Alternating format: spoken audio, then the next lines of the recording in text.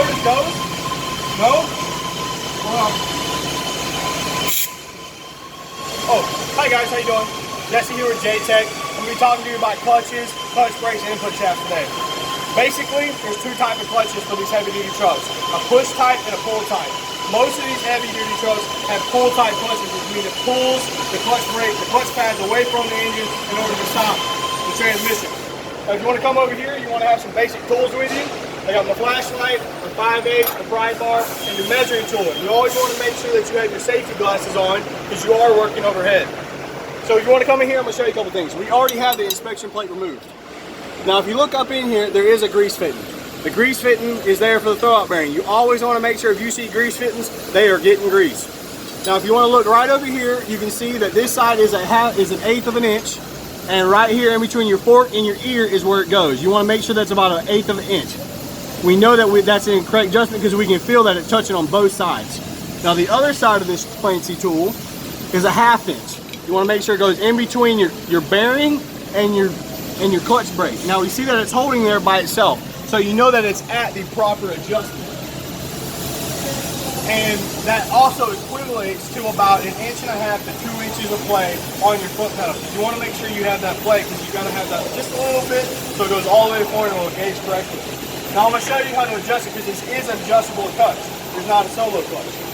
You want to make sure you have a 5/8 ratcheting, it makes it easier, and a pry bar. Now I'm going to get my assistant TJ to hold the light for me so we can look up in here. This is your clutch adjustment nut. It goes on, you put your 5/8 on there and then you want to pry against this in order to turn it. You turn it to the right and it takes away free play. You turn it to the left, it gives more free play.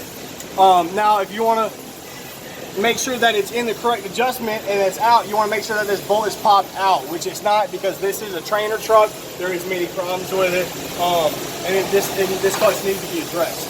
Now what we're going to do is we'll come over here to the table. I'm going to show you a little bit more about a clutch brake and an input shaft. Okay, follow me. So what we have here is the input shaft on a transmission. This is what comes out of the transmission and goes into the clutch system. Now this is your bearing on the other side, and this is your bearing cover. This is your clutch brake. Your clutch brake has a ceramic brake type material on it, just like your brake pads do, or the same things inside of your clutch. It helps stop the input shaft for synchronized gear shifting, because these trucks do not all have synchros in them, which causes easy shifting. Because it is a manual transmission, you have to have a clutch brake in order to slow this for easy shifting. Now if you notice on it, there is 2 ears connected inside of it.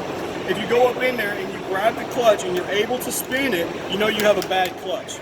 If you come over here, you can see that there's 2 keyways right here. And the keyways are what the clutch rides in. You see how it's sitting there. If you're able to spin this, you know this clutch is bad. Another thing about the clutch is they come in a variety of different ways. There's about 3 different main ways that it comes.